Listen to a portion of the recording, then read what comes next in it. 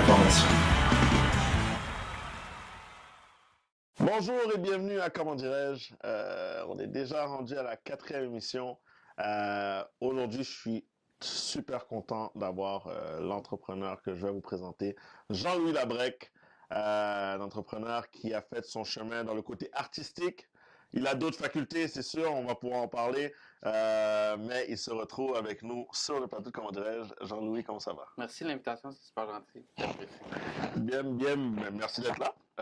Comment ça se passe justement maintenant du confinement, tout ça, comment tu vas? C'est une grosse année. Je pense que pour tout le monde, Ouais. pour plein de raisons. Très grosse année, deuxième enfant, ça bouge beaucoup côté immobilier, notre maison, etc. Fait que c'est une grosse année.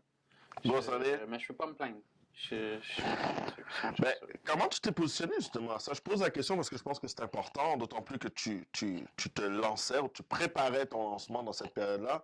Comment tu t'es positionné lorsqu'en mars, 13 mars, justement, on apprend que le Québec est en pause et toi, tu es en train de préparer plein de trucs par rapport à ta nouvelle entreprise. Écoute, moi j'ai commencé à travailler avec les gens de I Love Neon le début mars. Okay. 2 semaines après, boum, ça éclate.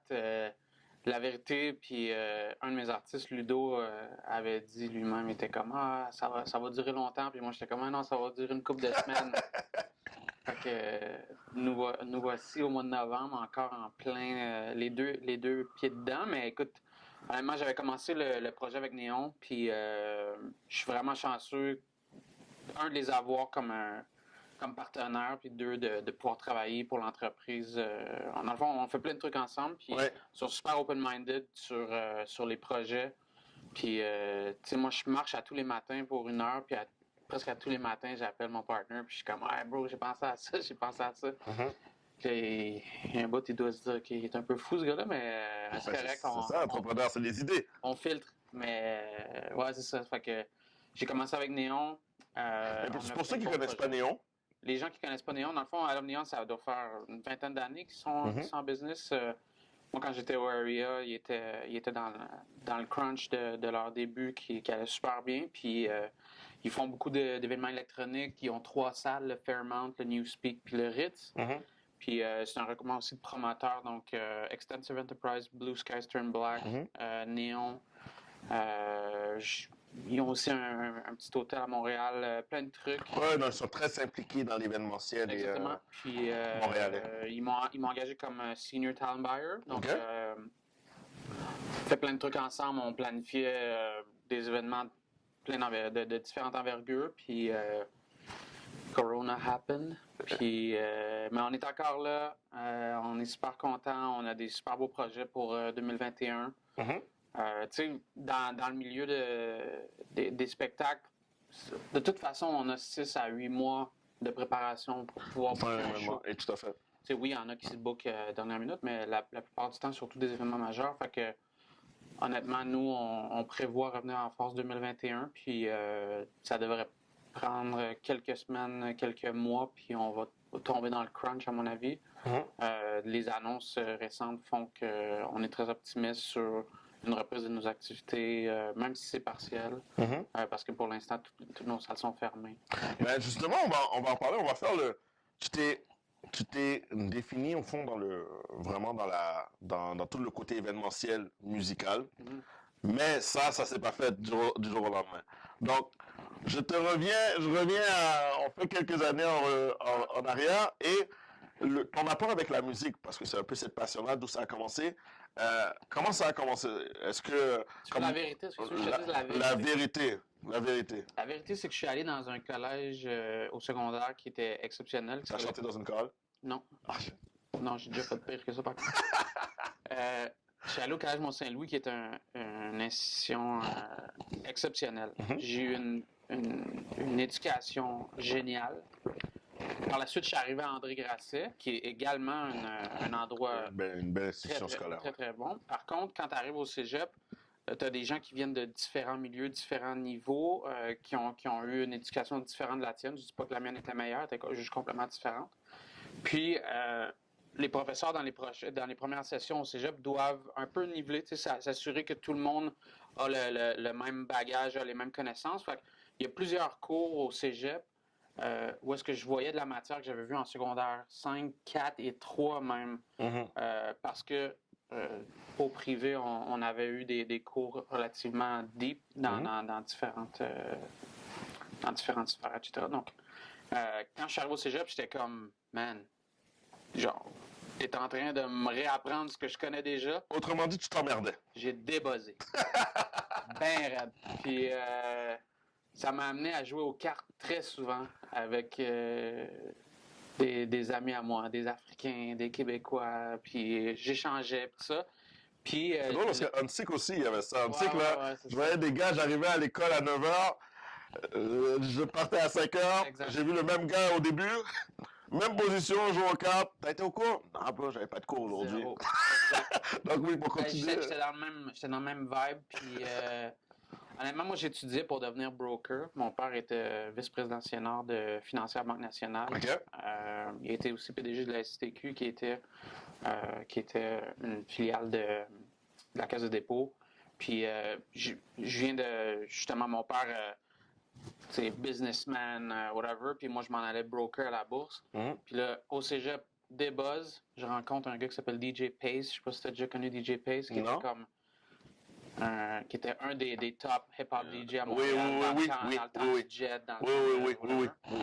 Puis je commence à faire la promotion. Ça fait longtemps, ça. Ouais, ça fait très longtemps. Je commence à faire la promotion. Ça va faire 17 ans de ça. Je fais la promo au Jet. Après ça, je suis rentré dans le milieu de la musique électronique à travers des boards de discussion. Avant qu'il y ait Facebook, tout ça, il y avait des boards de discussion, donc Trans Addict, Rave Montréal, des trucs comme ça. Puis je suis devenu promoteur. J'essaie de couper, là. Je suis devenu promoteur pour les After Hours. J'ai commencé au stéréo. Ensuite, je suis allé au Area.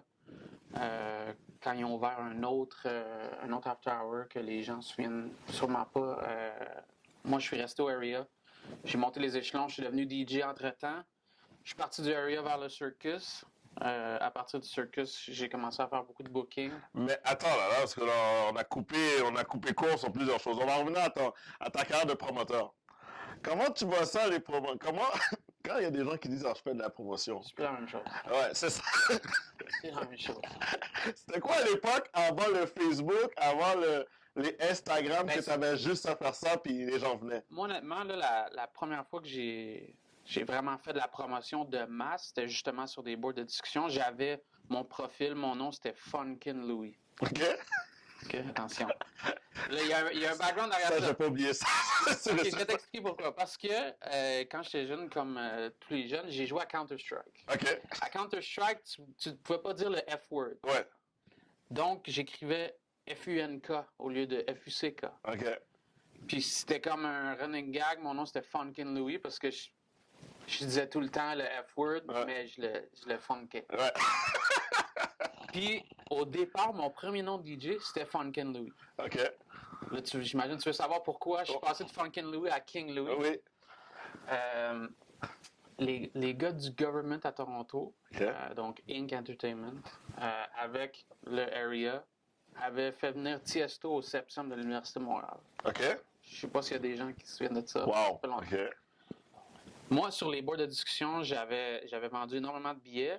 Puis sur 2000 quelques billets, parce que j'étais le point de vente Area, puis les gens passaient par le club, puis me rencontraient, je leur vendais des billets, etc., etc. J'avais vendu, ça fait plusieurs années, ça fait 15-16 ans, j'avais vendu peut-être 600-700 billets sur 2000 quelques billets. Okay. Donc, il y avait presque le tiers de la salle qui avait acheté un billet. Je ne dis pas qu'ils ont acheté un billet à cause de moi, mais ils étaient passés par moi pour faire la transaction. Puis, le gars qui ouvrait pour Tiesto, c'était Marc Auger, qui était un DJ de Québec, un très bon DJ, qui est encore DJ, qui fait plein de trucs. Marco est en train de jouer, donc je décide d'aller sur le stage pour lui dire bonjour. Je monte sur le stage, je lui dis bonjour. En redescendant, devant, il y a un groupe de gens que je connais. Donc, je les salue. Mais j'oublie que le tiers de la salle me reconnaît physiquement parce qu'ils m'ont acheté un billet. Donc, il y a plusieurs dizaines, sinon centaines de personnes, quand je fais « Allô », me font « Allô ». Puis juste à côté du stage, t'as le gars de Toronto qui voit ça. Là, je descends, il dit What happened there? Tu sais? Là, je suis comme you know, I said hi, j'ai dit bonjour à quelqu'un, puis il y a beaucoup de gens qui m'ont reconnu parce que j'ai vendu beaucoup. Ah ouais, combien de billets t'as vendu? Je sais pas, 600-700, un truc comme ça. Il dit, man, you're the king of Montreal. You're King Louis. Puis je raconte ça, puis il y a un de mes amis, je sais pas si vous avez connu montrealguestlist.com. Ouais. Donc Chris de Montréal Guestlist. Ah, c'est ça. Chris c'est mon boy il y a très longtemps. Chris entend ça, pis ça, puis dans ce temps-là, j'avais une résidence le mercredi au Jello. OK. Puis il me dit, man, oublie ça, Funkin' Louis, là. Ton nom DJ, c'est King Louis. Ouais. Fait que c'est à partir de là. OK. Il n'y a même pas une référence historique, là. Zéro. Tu sais, tout le monde... C'est pas facile de vivre avec un nom DJ pendant longtemps. Il n'y a pas beaucoup de monde qui m'appelle encore King Louis, mais il y a des gens, des fois, que je rentre dans un meeting qui m'appellent King, puis ça me rend profondément mal à l'aise, mais... ouais, c'est ça, j'ai vécu avec ce nom-là pendant longtemps. J'ai eu plusieurs autres noms, d'autres alias pour plein d'autres raisons, mais on ira pas loin parce que sinon on peut être ici pendant 8 heures. Non, mais tout est intéressant. Mais en même temps, on continue un petit peu dans ta carrière. Donc là, tu es passé de promoteur, tu as fait de la promotion à l'époque. Ensuite de ça, tu as fait le switch pour devenir DJ. Ouais. Mais d'où est venu, parce que les DJ d'avant, versus de notre époque versus maintenant, c'était pas la même chose. D'où est venue un peu cette passion-là? Et comment tu as commencé à justement, est-ce que c'est par le fait d'être promoteur que là tu as commencé à te faire ton petit chemin pour justement faire une mini-carrière? J'avais un réseau, donc c'était plus facile pour moi d'amener des gens à des gigs quand je jouais. Donc je me suis dit, j'ai fait un peu ça, puis je me suis dit, ok, cool, ça fait du sens. Fait, le fait d'être promoteur m'a amené à devenir DJ. Le fait d'être DJ m'a amené à devenir un talent buyer, donc pour booker des artistes. Puis, DJ, j'ai eu presque une carrière internationale. Pour plein de raisons, ça n'a pas fonctionné comme je voulais, puis je suis très content de ne pas avoir continué avec ça. Ouais. Mais, à un certain moment, j'avais le même gérant que Benny Benassi, puis le même agent qu'Avicii. OK. Puis, je travaillais avec un studio en Italie qui retravaillait de la musique. Moi, je n'étais pas assez rapide moi-même pour faire la musique, donc j'engageais des gens pour travailler avec moi chez moi, puis on bâtissait les chansons ensemble, puis après ça, on envoyait dans un studio en Italie, puis il y a une série d'événements complètement hors de mon contrôle qui ont fait que ça n'a pas fonctionné, puis ça a comme fadé. Puis en même temps, moi, j'étais super occupé, je travaillais au circus, puis je faisais tout le booking. Avec les gens là-bas. Fait que, écoute, ça a juste pas fonctionné, mais pendant un certain temps, je m'alignais pour devenir potentiellement un DJ international. Puis après ça, je suis resté au local, j'ai continué à talent buyer. Puis je pense que ce que j'aime le plus, c'est vraiment de booker des artistes. Puis, au début de ma carrière, c'était complètement différent. Tu avais beaucoup moins d'accès aux réseaux sociaux, etc. Tous les Spotify de ce monde, etc., c'était moins accessible. Il fallait vraiment que tu aies beaucoup de flair pour qu'est-ce qui allait devenir hot, etc. Donc, je pense que j'ai eu des bons coups, que ce soit Avicii, Hardwell. Il y en a plusieurs que j'ai bookés qui, à leur tout début, qui sont devenus d'ailleurs des amis. Puis par la suite, j'ai continué. C'est très difficile comme milieu. Être un talent buyer, c'est très difficile. Exactement, parce que comment... pour les gens, parce que ce qu'on veut refléter avec, comment dirais-je, c'est vraiment que du succès de l'entrepreneuriat, peu importe, il y a tellement de lignées que tu peux prendre. Et ce que je trouve quand même intéressant, c'est que à la base, quand tu es arrivé au cégep, tu voulais être broker. Et là, après, tout a changé. Mais quel a été ton cheminement mental pour savoir qu'est-ce que je vais faire de ma vie en bout de ligne? Autant qu'être broker puis talent buyer, c'est complètement différent. Mais il y a des affaires qui se reviennent.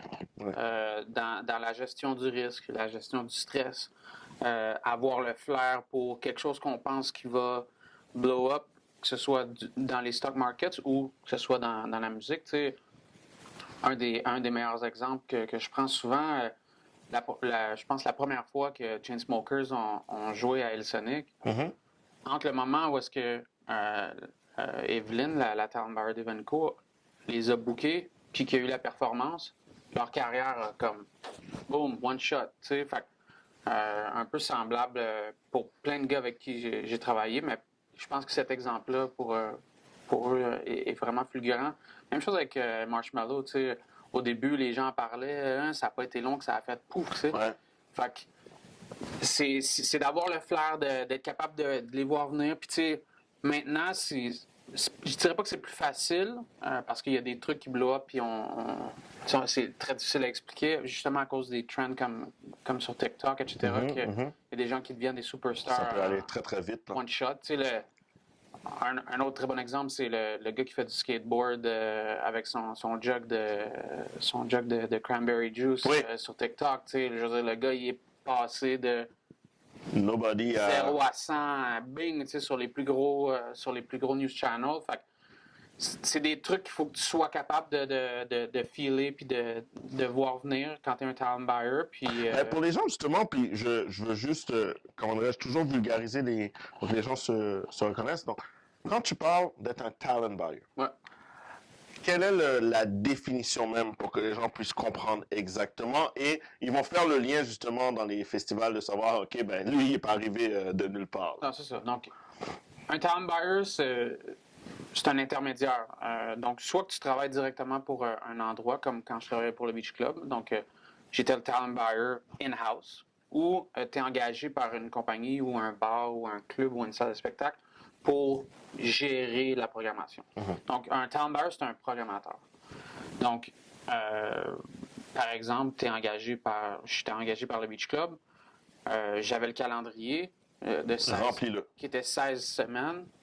Donc, techniquement, si on fait samedi-dimanche, plus quelques lundis de long week-end, etc., tu as entre 32 puis 40 spectacles à programmer. À partir de là, c'est OK, il faut que tu fasses une programmation intelligente par rapport non seulement à ce que toi tu as besoin, non seulement à ce que tu es capable de produire, mais aussi par rapport à tout ce qui se fait dans ton marché puis ce qui se fait à l'extérieur. Donc, non seulement il y a une compétition avec d'autres promoteurs de la ville, mais il y a aussi d'autres promoteurs en Amérique. Puis après ça, tu te bats contre l'Asie, tu te bats contre l'Europe, etc. Parce que la plupart des DJ, pour nous, en tout cas, c'était notre réalité, la plupart des DJ aiment beaucoup être en Europe l'été. Il y a des résidences à Ibiza, il y a énormément de gros festivals. Donc, ce qu'on appelle le festival season, c'est très difficile pour des clubs d'ici de compétitionner parce que les gars, ils essaient de faire le plus de dates possible sans avoir à traverser l'océan. Fait que moi, ma job, sinon je peux aller très deep, ma job, c'est regarder mon calendrier, bien planifier, quelle date fait plus de sens avec quel style de musique, pour plein de raisons. Donc, s'il y a un festival dubstep en Ontario ce week-end-là, je ne vais pas aller booker du dubstep parce que la plupart de ma clientèle va aller là-bas. Okay. S'il y a Hillsonic, ben, je ne vais pas aller booker musicalement la même chose qu'eux. Donc, je vais essayer de m'amarrer, ou même que des fois, on n'ouvrait pas ou on ne faisait pas de gros événements en se disant, ben, on ne veut pas saturer le marché. Le marché est déjà saturé, il y a déjà un événement majeur dans notre marché. On va essayer de s'adapter différemment, faire nos trucs, faire du corpo, faire whatever. Donc, mon but, c'est de remplir le calendrier. Puis à partir de là, moi, ben, il y a deux façons de travailler. Soit qu'on contacte les agents en disant, voici mes dates, qu'est-ce que vous avez disponible? Ou eux nous disent, ben, voici les dates de Tiesto, voici les dates de Armin van Buuren, voici les dates de Martin Garrix. Est-ce que tu es ouvert? Oui, parfait. Ben, à partir de là, fais-moi une offre. Puis là, tu rentres dans un processus de négociation. De malade mental. Mais tu sais, au fond, c'est justement ce que tu as fait, ce que tu as travaillé, ce qui t'a amené à travailler au Beach Club, où tu as été directeur général et talent buyer. Comment ça s'est passé? Puis je pense que quand tu as été là-bas, ça a quand même été tu as joué un rôle dans la progression du Beach Club qui était le Beach Club au Beach Club. Et là, je reste dans la programmation parce que c'est le travail que tu as fait. Comment tu peux expliquer un petit peu cette progression-là? Comment tu l'as vécu de l'intérieur et qui t'a préparé pour ta carrière future ou ton prochain projet par la suite? Ben, je pense que c'est une philosophie d'entreprise complètement différente entre les anciens propriétaires puis la famille Primo. Puis Je dis pas qu'il y en a un des deux qui est meilleur. Tu sais, il y avait deux approches C'est complètement. complètement deux autres philosophies. Puis c'est aussi que le marché était différent. Donc, la façon que c'est arrivé, c'est que le Beach Club a engagé le Circus dans le temps pour s'occuper de la programmation. OK. Moi, je faisais partie de l'équipe de programmation Voilà. du Circus. OK. Je me suis super bien entendu avec les propriétaires, les anciens propriétaires du Beach Club. Ils me faisaient confiance. J'ai commencé à travailler comme gérant. Je comptais des caisses avec eux, etc.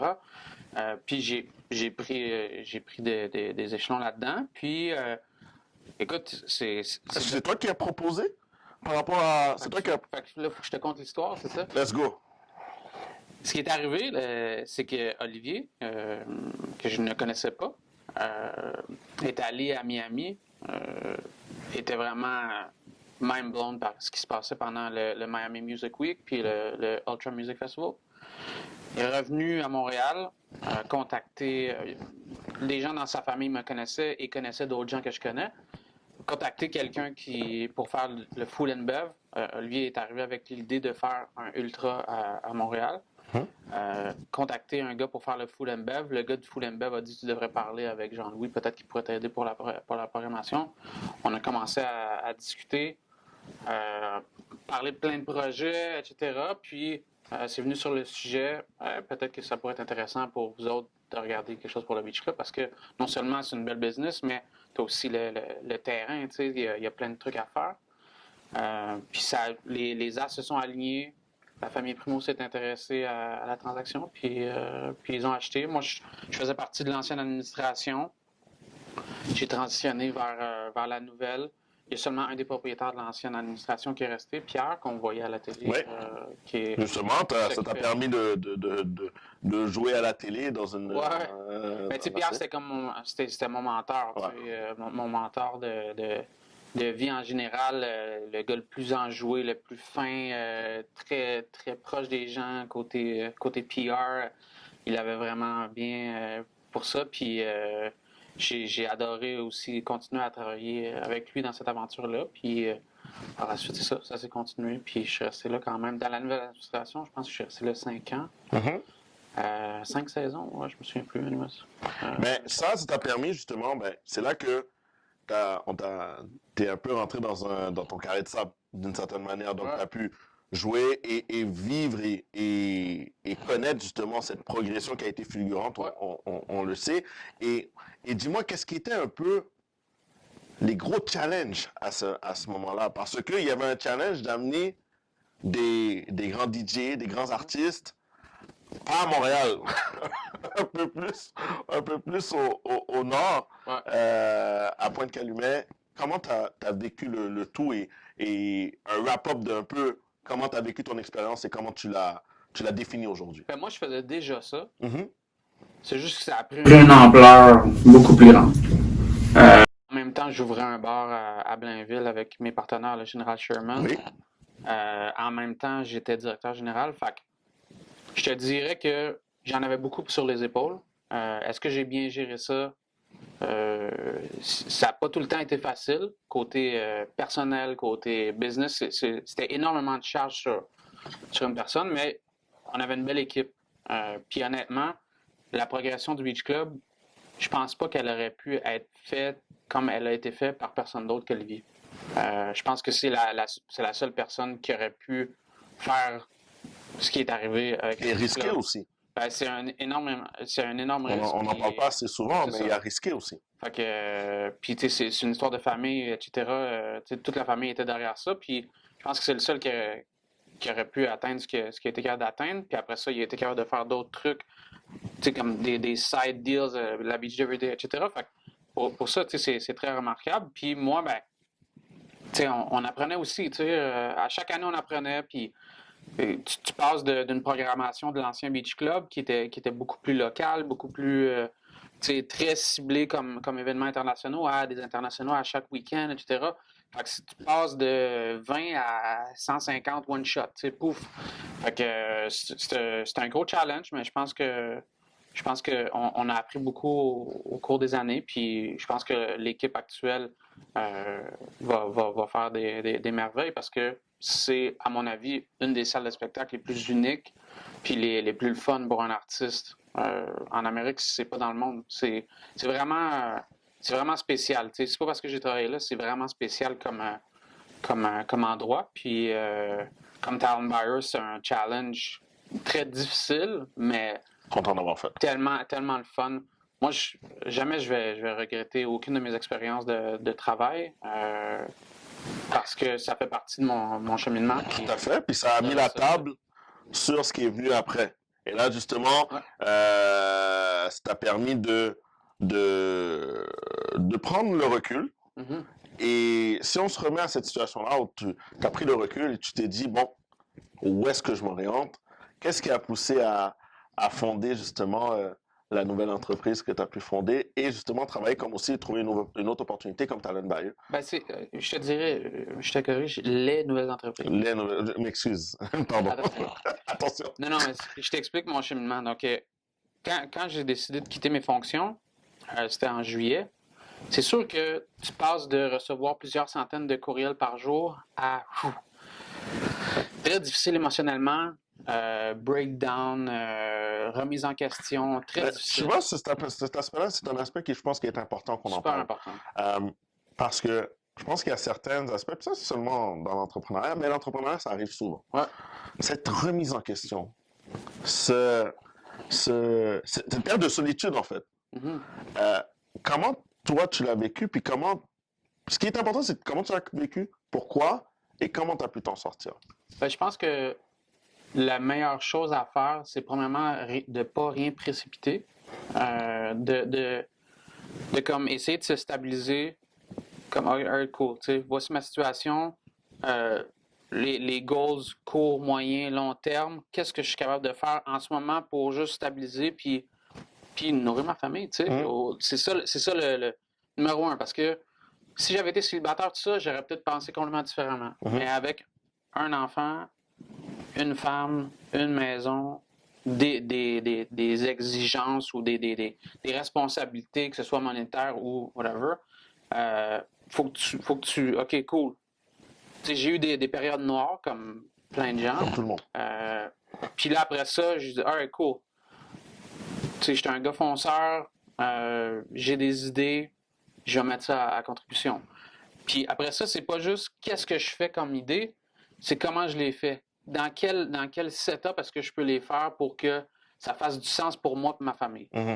Je suis allé en voyage avec ma femme puis mes beaux-parents, en partie business, en partie pleasure. J'ai commencé à faire de la consultation, donc je fais des mandats avec le Stade olympique. On travaille sur des événements majeurs de plein de sortes. J'ai été approché par plein de gens. En quittant, j'ai été approché par plein de gens qui m'ont demandé si ça, whatever. OK, j'ai embarqué dans des petits trucs. J'avais un bar à Blainville. J'ai essayé de refocus, de travailler plus fort là-bas, etc. J'avais des partenaires en or, les gens de A5 Hospitality, qui ont 17-18 établissements, qui sont, avant d'être des partenaires, des amis très chers à moi. Donc, tout ce beau monde-là a fait que j'ai eu une stabilité, que je me suis dit, OK, cool, pendant ces 6 mois-là, voici qu'est-ce que je fais, puis après ça, je vais voir où est-ce que je m'en vais. Donc, on a slow down un peu. On a mis un peu le frein tranquillement. Exactement. Puis après ça, j'ai cherché mon purpose. Qu'est-ce que je veux faire? Qu'est-ce que je veux atteindre? Puis comment je veux le faire? Puis ça m'a amené à me dire, j'ai tellement fait d'opérations dans ma vie. Quand je dis opération, c'est justement directeur général, engager des employés, gérer des horaires, gérer de whatever, les fournisseurs, les deals d'alcool, etc. J'ai tellement fait ça que je me suis dit, j'aime ça, je pense que je suis quand même bon là-dedans, mais je veux plus faire ça. Okay. Je veux plus faire ça parce que une autre de mes passions, c'est de voyager. Tout à fait. Puis, il n'y a rien au monde qui me fait mieux sentir, ça va sonner bizarre, que d'être assis devant mon ordinateur et travailler. C'est weird un peu comme... Non, hier, je l'ai fait, là, j'avais 2-3 meetings qui sont finalement cancellés, puis j'ai fini ma journée, puis j'étais comme, man, j'ai tellement accompli de choses, c'est ça que j'aime faire. Mais j'aime faire ça de n'importe où dans le monde. Puis quand je suis parti en Europe pendant quelques semaines avec ma famille, je suis allé voir le Web Summit à Lisbonne qui était très enrichissant. Je suis allé rencontrer plein de gens. J'ai fait 7 pays en Quelques semaines. quelques semaines. Puis je me suis dit, c'est ça que je veux. Je veux construire des business de n'importe quelle grosseur que je peux gérer de n'importe où dans le monde. OK. Puis, je suis pas nomade au point de dire, je pars pendant 5 ans puis je sais pas où est-ce que je vais habiter. Mais, je veux être capable de dire, mon pied à terre, c'est le Québec. Mais si je décide d'aller 2 semaines au Congo, so be it. Parce que avec mon laptop puis une connexion Internet, Tu peux faire tout je ce que tu peux as à faire. remplir 98% de mes tâches. Donc, être talent buyer, ça rentre 100% dans ce cadre-là. Je peux être dans n'importe quel fuseau horaire puis faire ce que j'ai à faire. Être gérant d'artistes, que j'ai commencé, donc je suis rendu avec 6 artistes, je peux faire ça de n'importe où. Être consultant, je peux faire ça de n'importe où. La business de merch, etc., mon rôle dans la business, je peux le faire de n'importe où. Donc, tous les mandats que je vais prendre à l'avenir, même si j'adore ouvrir des restaurants, ouvrir des bars, gérer du staff, etc., même s'il y a du staff qui n'aime pas ça, comment je les gérais, mais ça, c'est une autre C'est histoire. une autre histoire. Faire tout ce que je veux faire, si je peux le faire de n'importe où dans le monde, même si ça ne veut pas dire que je vais être parti toute l'année, ben, c'est ça mon goal. C'est que si mon enfant est malade, je peux travailler de chez moi. Tu comprends? Ouais. Puis si ma femme elle a 2 mois de vacances pour X raison ou qu'elle est malade ou whatever, j'ai pas besoin d'être dans un bureau puis que les gens m'attendent à la porte puis qu'ils soient comme hey, faut que je te rencontre, whatever. Puis je pense que la pandémie, dans tous les challenges que ça a amené à plein de gens dans le monde, je pense que ça a ouvert les yeux aux gens de tu sais quoi? Je pense que c'est bon de travailler à distance le plus possible. Puis après ça, de peut-être être au bureau 2 jours sur 5, puis de faire le reste chez soi. De balancer. Est-ce qu'on a vraiment besoin des plus beaux bureaux designés de ci, ça, avec des loyers de malade mentale? Puis je me sens mal pour les gens qui ont des gros bureaux. Des grosses business commerciales qui font de la location. Tu sais, ma mère travaille pour University of Cambridge, puis c'est un challenge, tu sais, les gens qui travaillent plus à partir du centre-ville, c'est difficile. Mais je veux dire, moi, ça fonctionne pour moi.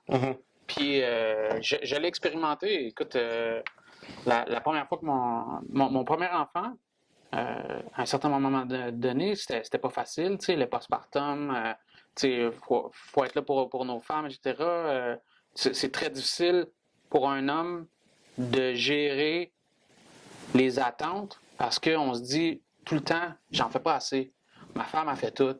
C'est très difficile sur le moral. Très, très difficile. Fait que c'est rendu difficile sur notre morale parce qu'on essaie de gérer leur morale. Puis ça, c'est comme un tourbillon de... Puis je suis super content que tu en parles parce que souvent, des entrepreneurs, on parle toujours du bon côté, du ci, de la liberté, qui est un peu merdique en soi parce que tu risques. Et quand tu deviens entrepreneur, tu risques.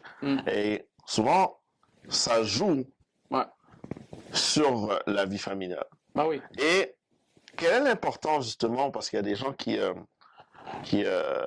peut-être n'est pas conscient d'à quel point l'entourage et l'entourage proche est important dans la vie d'une personne qui a des projets. Ben, tu sais, c'est très difficile pour nos conjoints et nos conjointes de nous gérer, tu sais. T'es pas là toute la journée, tu as une accumulation de frustration qui arrive pendant ta journée. T'arrives, puis tu sais, je vais pas comparer là, les situations de... Tu sais, il y a des gens qui travaillent de 9 à 5, puis à 5 heures, ils clock out, puis ils répondent pas à leur courriel jusqu'au lendemain. Puis des fois, j'aurais bien aimé ça dans ma vie. Tout à fait. Mais dans plusieurs autres cas, comme le mien, quand je reviens chez moi, man, ça ne fait que commencer. C'est tout le backlash de tout ce qui s'est passé dans ta journée, plus la préparation du lendemain, plus les courriels de différents. Puis quand tu fais plusieurs projets en même temps, c'est très difficile. Puis tu sais, des fois, même mes partenaires, tu sais, des fois, j'étais gêné d'appeler mes partenaires. Je me disais, hey man, tu sais, mettons les gars d'A5, mon partenaire Patrick, qui gérait plus les opérations, je me disais, hey, il doit-tu être écœuré? On est 18 établissements partenaires avec lui. si chacun l'appelle comme moi je l'appelle, ça. Fait que, en même temps, les gens avaient peur de m'appeler parce qu'ils se disaient, hey, il y a 250 employés, que ce soit des ventures à gérer leurs problèmes. Tout ça. Fait que, puis là, quand tu arrives chez toi, ben, tu n'as pas le goût de parler de ça avec ta femme. Mais ta femme, elle a juste le goût que tu y en parles pour comprendre Tout à fait. comment se passe la journée. Puis après ça, elle, ben, elle a géré ton enfant naissant pendant toute la journée. Puis après ça, nous autres, on a de la misère à comprendre. Mais honnêtement, tu me laisses mon fils pendant 2 heures, puis je me dis, OK, il faut que je fasse ça 10 heures par jour, tous les jours, 7 sur 7. Je la comprends, ma femme. Fait que, tout ça m'a amené à une fois, j'avais dit à ma femme, ben, tu sais, est-ce que tu aimes mieux qu'on gère mes affaires puis le bébé, les 2 pieds dans le slush au Québec, ou qu'on le fasse sur le bord d'une piscine? La réponse a été relativement simple. On s'est ramassé sur une piscine. Puis les gens qui me contactaient, parce que je répondais à mon téléphone comme si rien n'était. Je veux dire, j'étais au Mexique, j'étais pas en Inde. Là. Puis je répondais, puis tout ça, puis il y a des gens qui... J'essayais de pas dire que j'étais parti, mais il y a des gens qui étaient comme « Ah, cool, je vais passer à ton bureau demain. » Je suis comme « Non, mais je suis pas là. » Je suis comme « Qu'est-ce que tu veux dire? » Ben, je suis pas là. « T'es où? » Je suis au Mexique, man. Mais comment ça, tu me réponds aussi rapidement? Parce que je répondais plus rapidement que quand j'étais au Québec. Je dis, ben écoute, je suis bord de la piscine, puis je réponds, puis... T'as trouvé ton équilibre de cette manière-là. Puis ça, c'était comme la première étape d'être comme, oh my God. Puis tu sais quoi, quand je suis allé en Europe, c'était encore mieux parce que je me réveillais, mettons, à 8 h du matin, mais là, il était 3 h. Fait que j'avais le temps de visiter des musées, passer, tu sais, voir les villes, aller voir Rome, aller voir Stockholm, etc. Faire ma journée, puis là, vers 10 h du matin au Québec, quand il était rendu 3 h l'après-midi en Europe, ben là, ça commençait à sonner. Puis j'étais comme, oh my God. C'est parfait. C'est exceptionnel. Fait que c'est comme ça que j'ai trouvé mon équilibre. C'est comme ça que j'ai trouvé la balance dans tout ça. La balance, puis comment est-ce que je veux faire mes trucs à l'avenir. Puis j'espère que ça va stick pendant longtemps. Donc, ça t'a permis d'être talent buyer, consultant. Ouais. Et là, tu es devenu gérant. Ouais. Et justement, il y a des gens qui ne font pas la distinction entre ce qu'est un gérant et un agent. Parce que il y a un monde entre les deux. Peux-tu expliquer un petit peu, comment dirais-je, la différence et pourquoi justement tu as voulu te lancer là-dedans? Je vais t'expliquer. Premièrement, il y a une grosse différence entre être gérant pour des artistes québécois et être gérant pour des artistes internationaux. La simple et unique raison que le système de spectacle au Québec est différent de ce que moi j'avais appris dans ma façon de travailler. Antérieures, ouais. Donc, moi, dans ma vie, c'est tu as un talent buyer qui travaille pour un établissement. Lui parle avec l'agent. L'agent gère souvent un territoire avec plusieurs artistes. Donc, il y a une communication entre le talent buyer et l'agent. Il n'y a jamais vraiment de communication entre le talent buyer et le gérant. Okay. Puis, l'agent, lui, se rapporte à plusieurs gérants parce qu'il gère il deal avec plusieurs gérants, plusieurs artistes. Puis c'est un peu ça la chain of command. Au Québec, oui, t'as la salle, après ça, t'as le talent buyer qui est un peu gestion de programmation. Puis là, après ça, t'as les producteurs, diffuseurs. Différent, c'est complètement différent. Il y a des gens qui font un spectacle, mais il y a des gens qui payent pas, qui prennent le risque, etc. Les tournées, c'est différent. Tout est différent. Puis gérer des bands versus gérer des DJ, complètement différent. Tu sais, un DJ, dépendant de où est-ce qu'il est dans sa carrière, c'est un gars ou une fille avec un USB stick, une paire d'écouteurs, puis sa valise. Son laptop. Puis il fait plusieurs gigs, ça finit là. Puis après ça, quand tu as des bands, ben, tu as le chanteur, tu as tout le monde autour, tu sais, les musiciens, les gars de son, les gars d'éclairage, c'est un troupeau, mon ami. Puis après ça, ben, tu sais, des fois, en tant que gérant, c'est difficile de gérer une personne. Imagine quand tu as un groupe de 8, 9, 10, 12 personnes. Les attentes, les demandes, les duos, caprices, les trios. Tu sais, quand je vois des artistes qui sont 3 ou 4, vraiment, moi, les gens qui m'approchent puis qui me disent qu'ils veulent partir un duo, sans vouloir parce qu'il y a plein de bons duos dans l'histoire de la musique, ben moi, je leur dis, tant mieux pour toi, mais moi, personnellement, je Tu gères pas ça. pas sûr. Puis, tu sais, parce qu'encore là, c'est un choix. C'est un choix que je fais. Oui, tout à fait. Donc, je veux gérer des individus, parler à une personne, puis gérer des problèmes avec une personne. Parce qu'après ça, tu as des problèmes chacun, ensemble, leur famille, si ça, les chums, les blondes, oh my God. Fait que moi, en tant que gérant, c'est de parler directement avec mon artiste. Mhm. Donc, pour que les gens comprennent, c'est moi, je parle avec l'artiste, puis le gérant parle avec l'agent. Puis pour faire un résumé rapide, c'est si par exemple mon artiste, je prends souvent Tiesto parce que c'est un des DJ, sinon le DJ le plus connu. Donc, l'agent de Tiesto, lui, va voir différentes salles, dit Tiesto va venir telle date, telle date, telle date en Amérique. Faites vos offres. L'année passée, on a fait telle affaire, on veut peut-être pas le refaire, on veut faire quelque chose d'autre, etc. Donc, l'agent gère ça avec les talent buyers. Puis après ça, se rapporte au gérant, dit écoute, moi, voici qu'est-ce que j'ai sur la table. Ultimement, c'est le gérant qui décide. C'est le gérant qui dit. C'est l'aspect le plus direct avec l'artiste, en fait. Ultimement, des fois, l'artiste a très peu connaissance de ce qui se passe parce qu'il fait confiance au gérant. Puis, ta job en tant qu'artiste, c'est de faire ça, puis ça, puis ça, puis ça. Ma job en tant que gérant, c'est de faire ça, puis ça, puis ça, puis ça, etc. Donc, tout le monde a sa place, tout le monde a ses rôles et responsabilités. Puis, je pense que à partir de là, ben, ce qui est difficile, c'est que tout ça peut changer à partir des décisions d'une personne. Tu sais.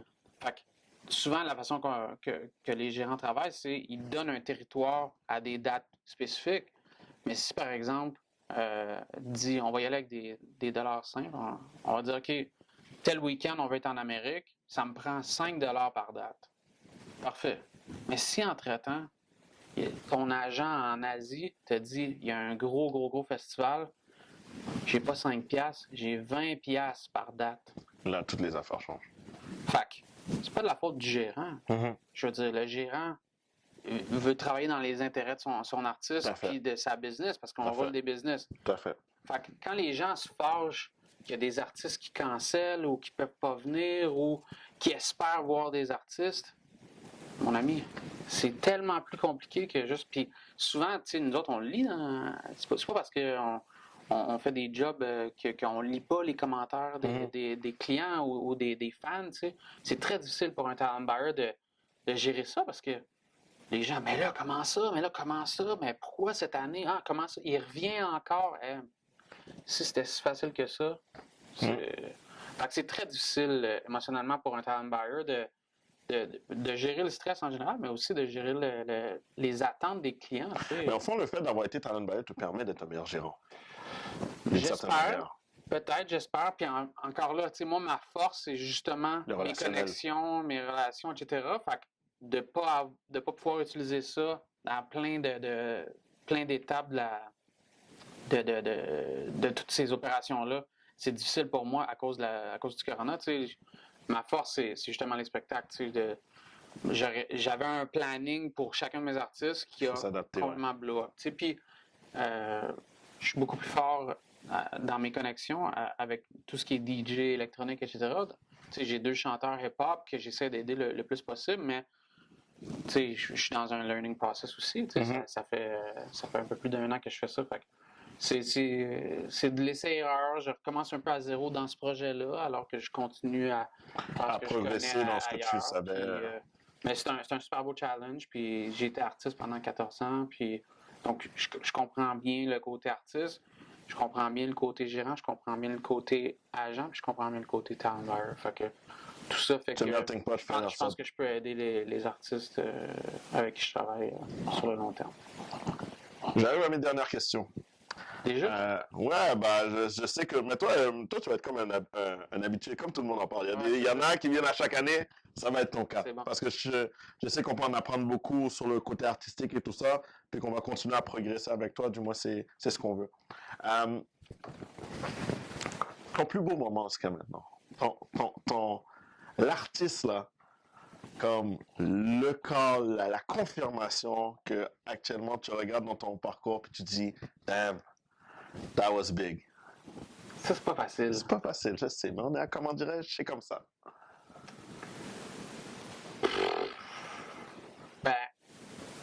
parce que je peux pas rentrer dans les détails, mais le fait que Cardi B se soit présenté à Métro Métro comme... Ça, c'est ça.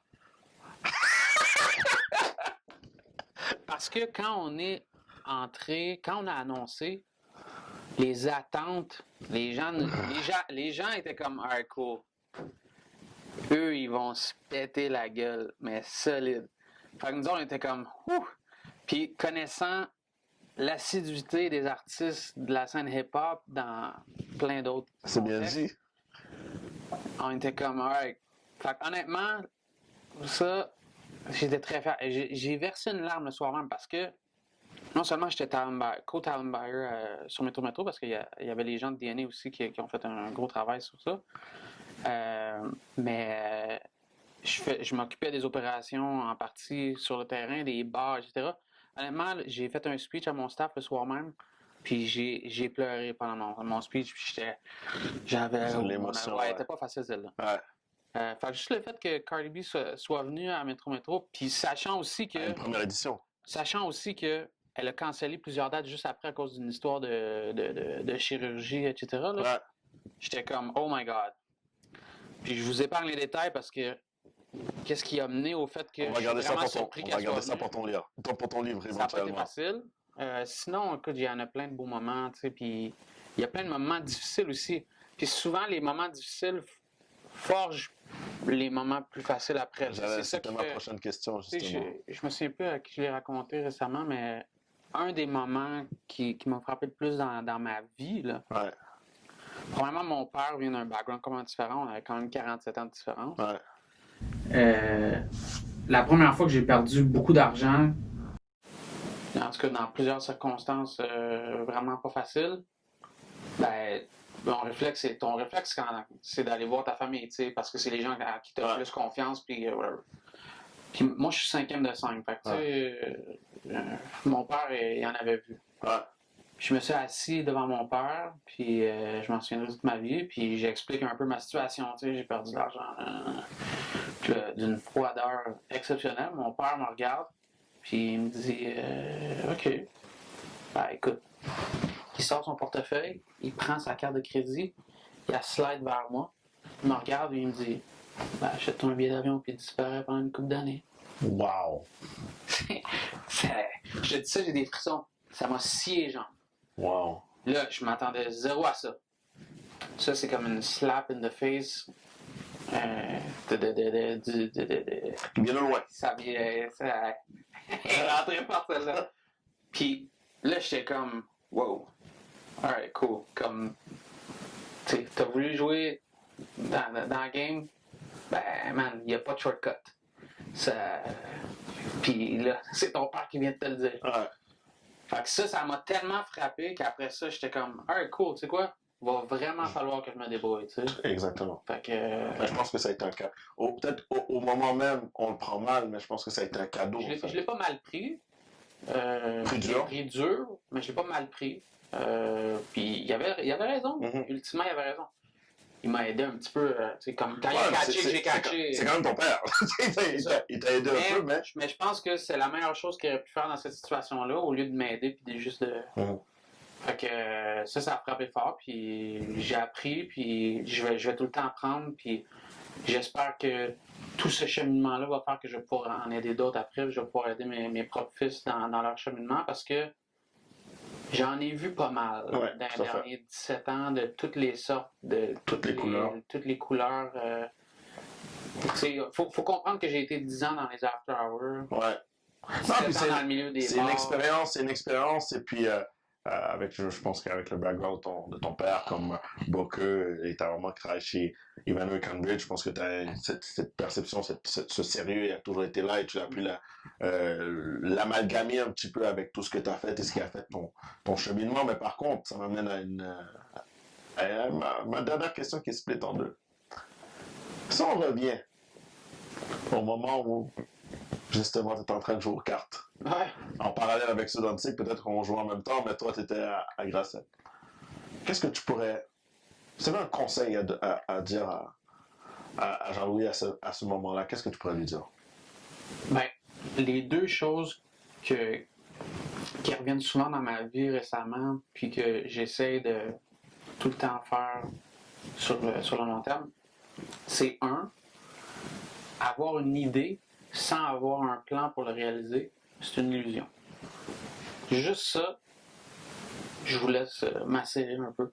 Donc, avoir une idée sans un plan pour effectuer cette idée-là, c'est une illusion.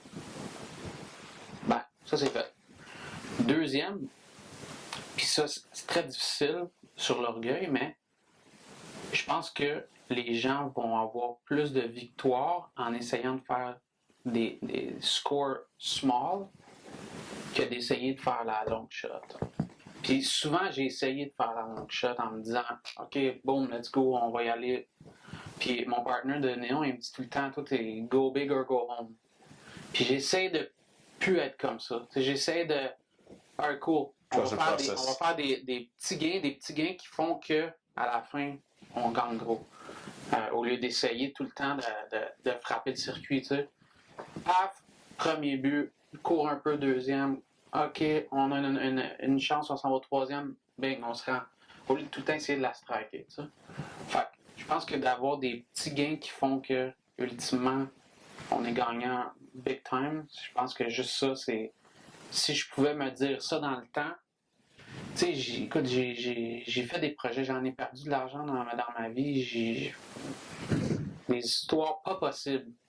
J'ai emprunté de l'argent, des histoires pas possibles dans des situations complètement loufoques que je regarde puis je me dis, mon Dieu, je suis complètement débile de faire ça, mais en même temps, je regrette pas. Puis ça fait partie de l'apprentissage. Ça fait partie de l'apprentissage, puis j'en ai mangé des coups, mais à chaque fois que j'ai pris un step back, j'ai pris deux steps forward. Tout à fait. Puis je vais continuer à faire des step back, mais je vais essayer de limiter mes risques, limiter les dégâts, puis de faire tout ce que je fais dans l'harmonie avec ma famille, ma santé mentale, puis de m'assurer que tout le monde soit content autour de moi.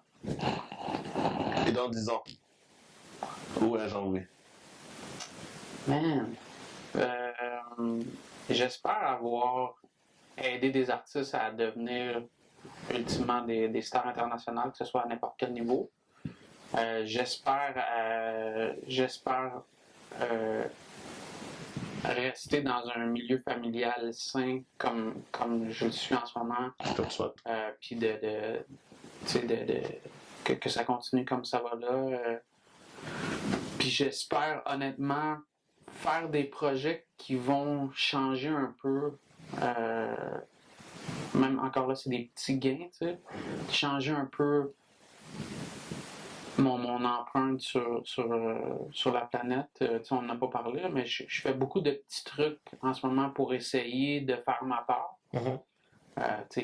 Ça a l'air un peu extrême. Je mange pas de viande le midi. Je mange de la viande seulement les mardis, jeudis, puis les week-ends. Tranquillement, non, mais c'est tranquillement. Je fais plein de trucs côté personnel, puis après ça, je vais essayer de l'impliquer dans les business dans lesquels je vais travailler parce que l'enjeu environnemental de plus en plus me tient à cœur. On a une voiture électrique, j'aimerais en avoir une deuxième. Je veux dire, mais tu peux avoir tout ce que tu veux quand tu le veux, sinon ça serait génial. Mais donc j'essaie de progresser puis de faire plein de trucs tout en ayant cette pensée-là. Je suis pas un environnementaliste.